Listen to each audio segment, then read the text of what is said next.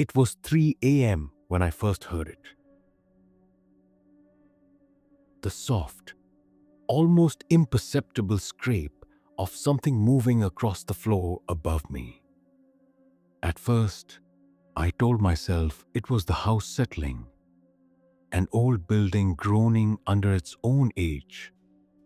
But then came the whisper, a single, icy syllable that seemed to curl around my spine. Leave. I froze, heart hammering, every nerve alert. Outside, the wind rattled the windows, but it wasn't the wind I was listening to anymore. It was something else, something alive.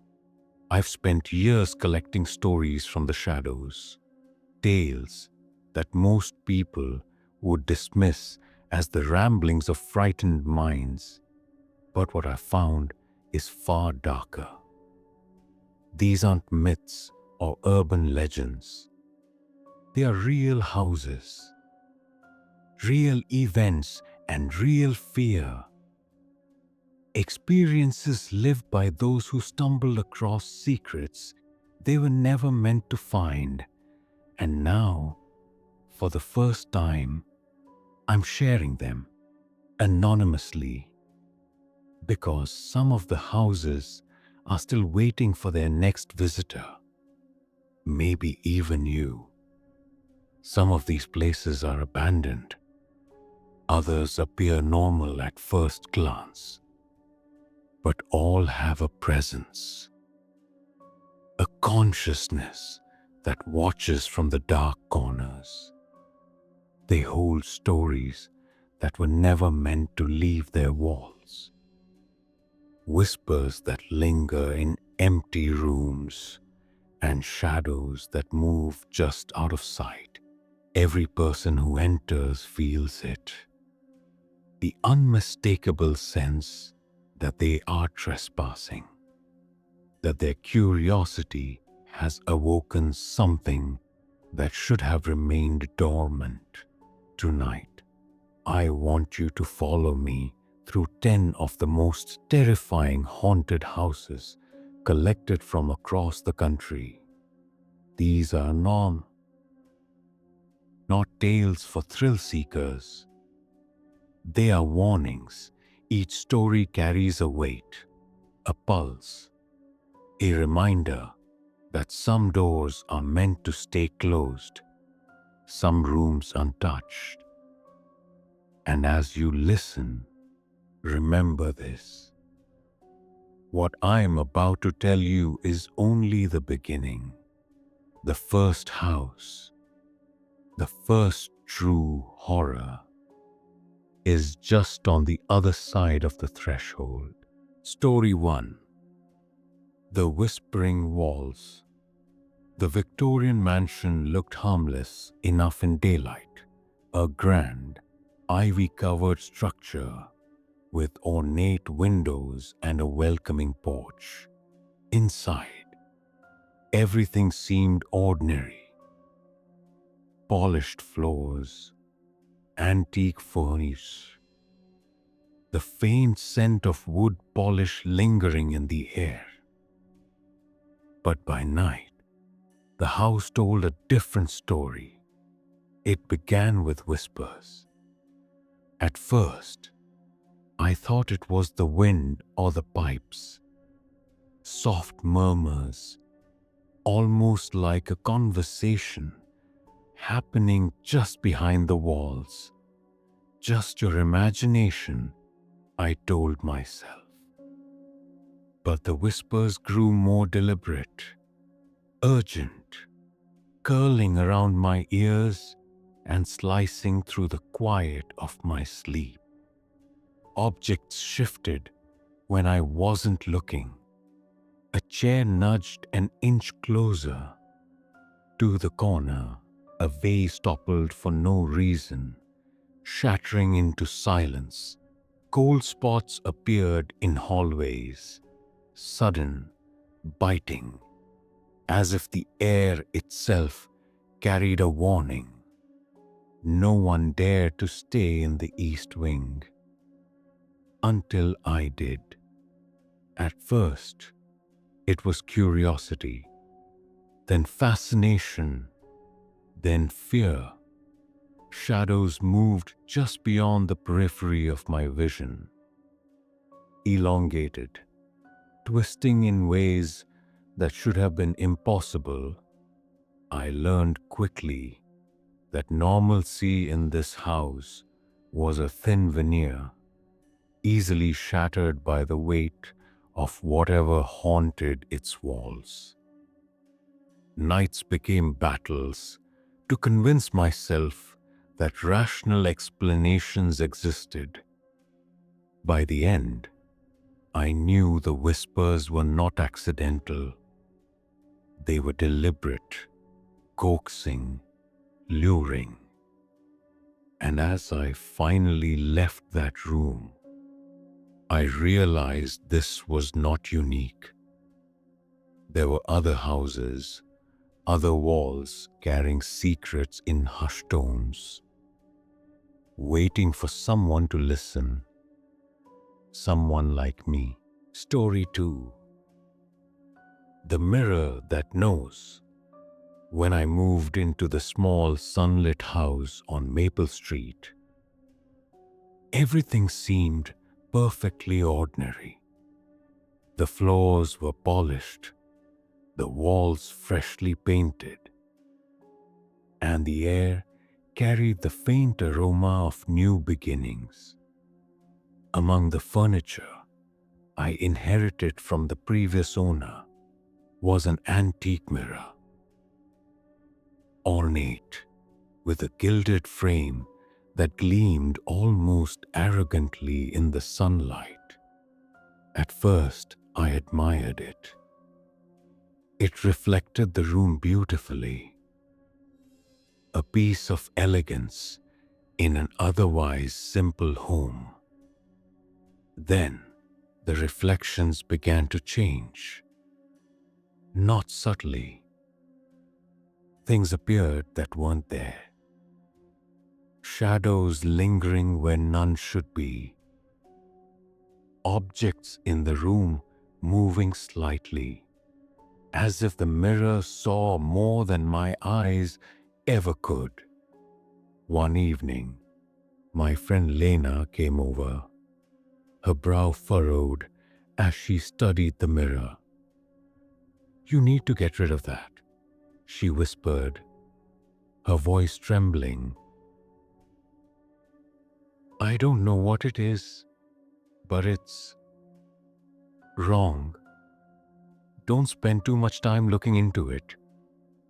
I laughed it off, pretending her concern was an overreaction. But that night, I couldn't sleep. The reflection shifted independently of me. A figure appeared behind me, a tall, shadowed silhouette that leaned closer. And when I spun around, the room was empty. My reflection, however, smiled. Not me, something else. What I saw in that mirror, you're not supposed to know. Every glance became a risk. Every moment spent near it, a test of my own sanity. And yet I couldn't look away. Until one night, the figure in the reflection gestured toward a distant house, hidden in darkness, its windows glowing faintly like watchful eyes. The mirror wasn't just showing me my own home anymore. It was pointing me toward the next horror, the next secret, waiting to be uncovered. Story 3. Room 13. They told me room 13 was off limits. "It's just maintenance," the front desk clerk said, avoiding my eyes. "Nothing to worry about." But the moment I heard the faint laughter echoing down the empty hallway, curiosity overpowered caution. I had to see for myself. The door was plain, unassuming, yet as I turned the knob, a chill seeped through my skin, crawling along my spine. Inside, the room seemed normal at first. A neatly made bed, a small desk, a window overlooking the street. But the air was thick, almost suffocating, and the shadows in the corners moved in ways that defied logic. I dropped my bag, and the floorboards groaned under my weight. That's when I heard it. A low whisper, urgent, hissing my name. I spun around, heart racing. No one was there. The lights flickered, and I caught a glimpse of a figure just beyond the edge of the door frame. Gone the moment I blinked. "Are you okay, sir?" A voice called from the hallway. It was the clerk, now pale and nervous. I think you shouldn't be here. Room 13. It's different. Some guests never leave." I laughed nervously, trying to hide the trembling in my hands. "It's just a story, right? Hotels love their ghost tales." But the room had other plans. Mirrors reflected things that weren't there. The bed sheets would shift, as if someone invisible had lain across them, and the whispers, always the whispers, grew louder with each passing hour. By the time morning came, I was convinced the stories were true. Some part of room 13 refused to let its secrets go. Some presence tethered to anyone foolish enough to enter. Later, I heard locals whispering about other haunted rooms hidden in hotels across the town, each carrying the same legacy of vanished guests and restless spirits. Room 13 was only one of many doors waiting to trap the curious, the daring, the unlucky. Story 4. The portrait in the hallway. The house seemed perfect for a family. Bright walls, cozy furniture, laughter echoing through the halls. Yet, in the main hallway, there hung a portrait that refused to blend in. A young woman, painted with painstaking detail, her gaze unsettlingly lifelike. At first, I thought it was just the angle of the light, or the way the eyes seemed to catch me as I passed. But soon, I realized the truth. The eyes, they always follow you, even when the lights are off.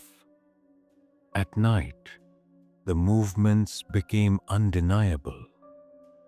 A tilt of the head, a slight narrowing of the eyes, a subtle smirk creeping across her painted face. One evening, I called out, almost laughing at my own fear. "What are you hiding?"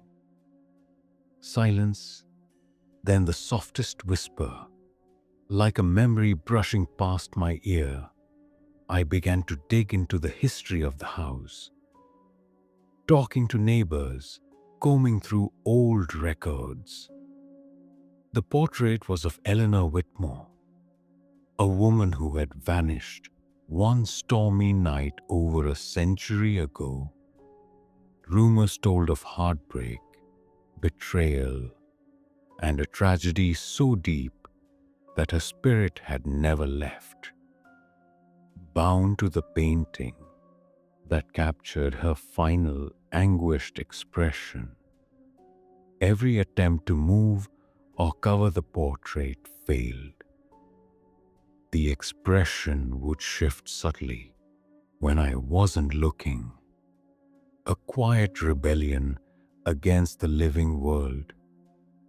Family dinners were interrupted by the faintest sounds. Footsteps behind me, soft sighs drifting down the hall. It was as if the house itself had aligned with the portrait, turning domestic life into a thin veneer over something far darker. By the time I left that hallway, I knew that some supernatural presences do not merely observe, they interact, they influence, they reach out. And in the next house, the line between observation and physical danger would blur even further, leaving no room for doubt or safety. Story 5. The Forgotten Basement. Some doors are meant to stay closed, but curiosity killed more than the cat here. I found it behind an old bookshelf in the corner of the living room. A narrow, almost hidden door, its paint chipped and fading.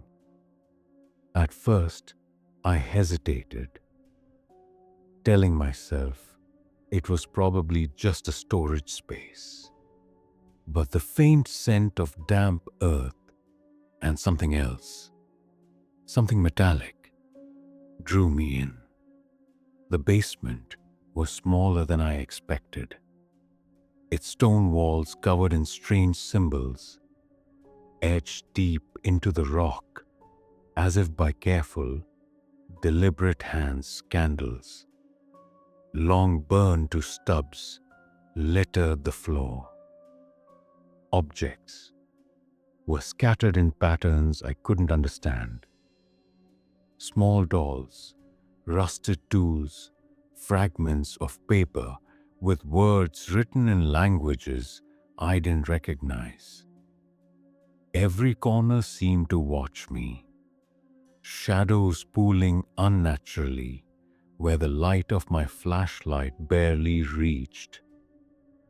As I stepped further in, the air grew thick, heavy, almost breathing against my skin. A low hum vibrated in my chest, and the symbols on the walls seemed to shimmer, as if alive. I felt it, a presence that was not merely a memory, but something actively aware of my intrusion.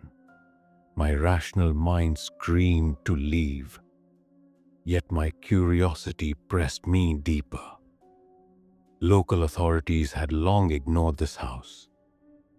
Previous owners whispered of things better left unspoken, of sounds at night and objects moving on their own. I realized quickly that the basement was a record of secrets, rituals, and perhaps horrors that had been deliberately buried. Both physically and in memory, I left shaken. But the images of that space remained burned into my mind.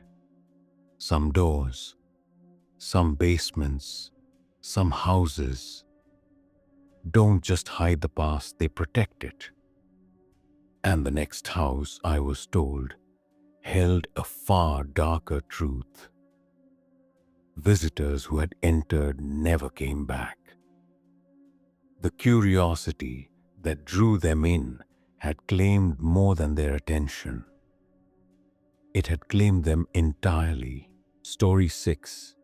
Children of the Attic. The house on Elm Street seemed ordinary at first. Its paint peeling, the yard overgrown, but nothing truly alarming. It was the attic that changed everything. I climbed the narrow staircase, flashlight in hand, and that's when I heard it. The faintest giggle, high-pitched and sweet, echoing through the rafters. "They're just kids," I whispered to myself. But the moment I stepped into the attic, I saw them. Small figures darting between shadows, their faces pale, eyes wide and unblinking. They played their games, tossing invisible balls, skipping along floorboards that creaked beneath their weight. "Do you want to play with us?" a tiny voice asked. Soft but chilling. I laughed nervously, trying to convince myself it was imagination. Yet the moment stretched, and the attic seemed to expand, the air thick and cold. Sometimes they moved too fast to follow. Sometimes a hand brushed against my shoulder when no one was there. They played their games, and sometimes they never left. In researching the house, I discovered similar reports. Childlike apparitions seen in other homes, always innocent at first glance, but carrying an unease that no parent should feel. The innocence was a lure, masking something darker, something patient and persistent. I realized quickly that the attic didn't just hold memories. It held remnants, echoes of lives cut short, trapped in perpetual play. As I stepped down, my heart still racing, I heard rumors whispering through the town.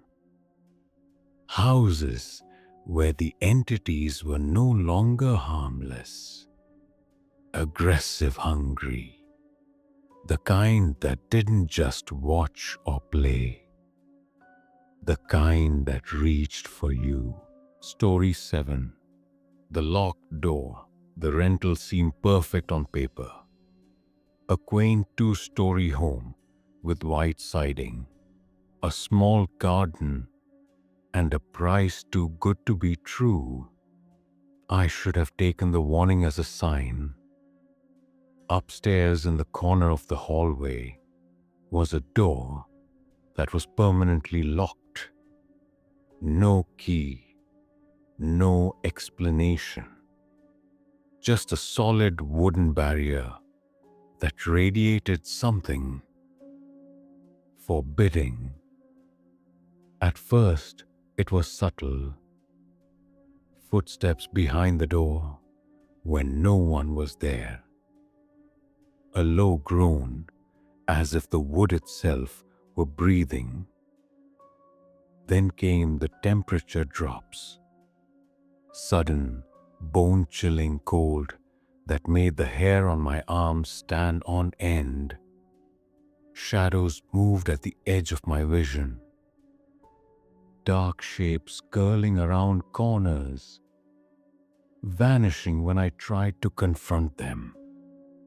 One night I called a friend. "You've got to see this door," I whispered, voice tight with fear.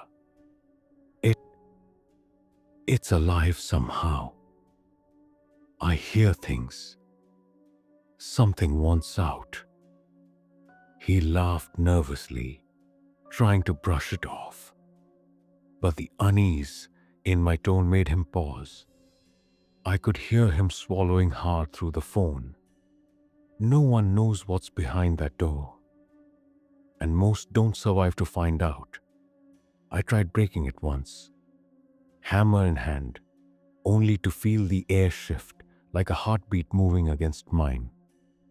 A force slammed into me from the other side. and I stumbled back, gasping, terrified in a way I had never known. The door remained locked, silent, but it waited, patient, pulsating, with a malevolence I could feel even through the wood. By morning, I was exhausted, drenched in sweat, and more certain than ever that some spaces are better left unexplored. This house was a warning, a prelude. The next home I heard about had horrors that didn't whisper, didn't linger. They attacked, and anyone who entered risked more than just fear. Story 8. The Phantom Guest. The boarding house was modest, barely a step above a motel. But I was exhausted from travel and didn't care. What caught my attention wasn't the creaking floors or the flickering hallway lights. It was the pattern every night. Precisely at 11:03 p.m., the front desk would rattle. Keys would jingle. The elevator, though broken, would groan to life. And then footsteps would echo down the corridor toward the rooms I never saw their face. But I felt them, always. Objects shifted when I wasn't looking. A chair would be turned the opposite way. A glass on the nightstand filled with water that hadn't been there before doors would click shut by themselves. The softest sigh lingering in the air, like a memory you can't shake.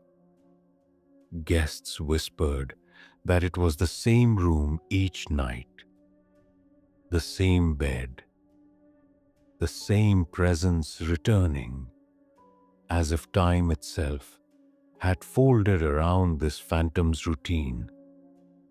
One evening, I stayed awake, watching through the peephole as the shadow moved silently down the hall. The lights flickered.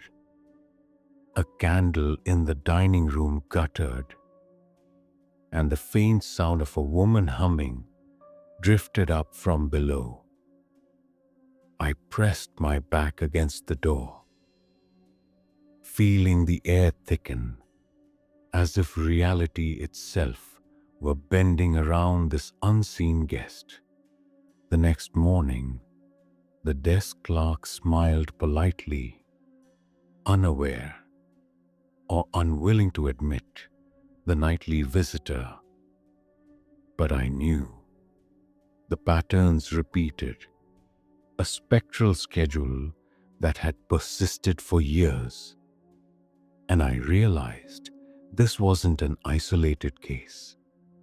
Other boarding houses, other hotels, carried the same cycles of unseen life. Each ghostly tenant enacting rituals only they understood. By the time I checked out, I knew something else was happening, something escalating. The boundaries between the living world and the unseen were growing fragile. The next house I heard about didn't just host visitors. It threatened to unravel the very reality around them, bending walls, doors, and minds alike. Story 9. The House That Sleeps. I first noticed it in the morning. The door to my bedroom was farther down the hall than it had been the night before. The windows, too, seemed wrong, their frames crooked in subtle ways that only a half-asleep mind could detect. Or so I told myself. I tried to dismiss it, blaming fatigue or a lingering dream, until the walls themselves seemed to breathe, expanding and contracting in slow, deliberate pulses. Sometimes I wake up, but the house doesn't. The furniture shifts while I'm asleep. Chairs scraping across floors I didn't know existed. Hallways twist in ways that make no sense. Rooms appear and vanish, leaving me stumbling over thresholds that weren't there before. Mirrors show angles that defy reality. Ceilings curve where they should be flat, and the faint sound of footsteps follows me even when I've been alone for hours. I spoke to a friend on the phone, my voice shaky. "It's like the house is alive," I whispered. "It moves when I don't see it. I can't." The line went dead, a static hiss lingering longer than it should have, as if the building itself were listening. Even waking life felt unstable. Keys I had placed on the counter reappeared in the bedroom. Walls I remembered painted suddenly stripped to bare plaster. I questioned my own perception, but the fear told me the truth. The house was conscious, patient, and infinite in ways that made sleep a dangerous gamble. By the seventh night, I realized the house didn't just sleep. It waited, reshaping itself around my mind, bending reality until I wasn't sure what was real. And yet, even with all this, I knew what came next would surpass it. The final house, the ultimate terror, was one where nothing, not walls, not floors, not even sanity, could be trusted. Story 10. The Final Tenant. By the time I realized the house wasn't empty, it was too late. The door creaked behind me as if it had never been closed. Shadows curling and stretching across walls in impossible shapes. Whispers, soft at first, erupted into voices, each one calling my name, recounting my deepest fears. The secrets I had tried to bury. The mirrors reflected not just me, but distorted versions of the rooms I had walked through. Shifting layouts that made no sense, and figures lurking just beyond the glass. I tried the locked doors I had avoided, thinking maybe I could escape, only to find them open now, revealing basements and attics I hadn't noticed before. Symbols etched into the walls pulsed faintly, glowing with a malevolence that seemed to feed on my terror. Objects moved of their own accord, chairs toppled, curtains whipped as if caught in a storm. Though the air was still, I called out, but my voice sounded wrong, echoing back at me from the walls, as though someone or something was mocking me. Footsteps followed me, yet no one appeared, and the faint giggle of children from the attic, the cold drafts from locked rooms, the figure in the mirror, all merged into a single, overwhelming presence. I realized then that this house wasn't just haunted. It was aware. It had learned, adapted, and it knew me. Every fear I had encountered in other houses, every shadow, every whisper, every locked door seemed to converge here, shaping itself into a living, breathing nightmare designed for one purpose: to trap the unwary. And as the walls seemed to close in and the shadows thickened, I understood that some stories don't have endings. Some houses don't release their tenants. I am still here, still listening, still trapped in a space that obeys no rules but its own. And somewhere, beyond the threshold, more houses wait, watching, waiting for the next visitor foolish enough to enter. Remember, some of these stories don't end when the lights go out.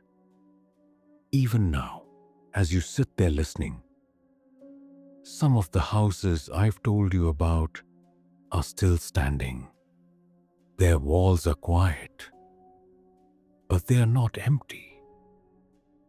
They wait in silence for the next visitor, the next curious mind, the next soul, brave or foolish enough to wander inside. You might think the danger ended with my stories, but the truth is far more unsettling. The shadows, the whispers, the locked doors, they linger. They exist beyond these words, beyond the screen, and they can reach into the spaces where you least expect them. These houses are more than buildings. They are living memories of fear, stitched together from every misstep, every unanswered knock, every secret that should have stayed buried. Some are old, decayed by time, but potent with lingering malevolence. Others appear ordinary, even inviting, hiding their horrors behind facades that make you feel safe. Until the moment you aren't. And no matter how far you travel, no matter how rational you try to remain, they have a way of finding those who listen, who watch, who dare to imagine what could be. I want to hear from you. If you've ever encountered something unexplainable, a presence, a room, a house that chilled your blood or refused to let you leave, share it in the comments. Tell your story. Theorize what's real and warn others if you must. If you've experienced anything like what we've explored tonight, know that you are not alone, and perhaps that your story belongs in the shadows too. Subscribe and share these tales with those who dare. Because the more we acknowledge the unseen, the closer we come to understanding it, sasam, or drawing its attention. And now, as you let your eyes adjust to the darkness around you, consider this. Some doors should never be opened. Some mirrors should never be looked into. Some rooms should remain untouched. And yet, human curiosity, it is a force that even the dead and the damned cannot resist.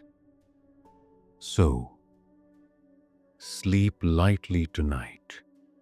Listen closely. Watch the corners of your home. And remember, these stories do not end with a fade to black. They continue in the silence, in the shadows, and in the spaces you cannot see.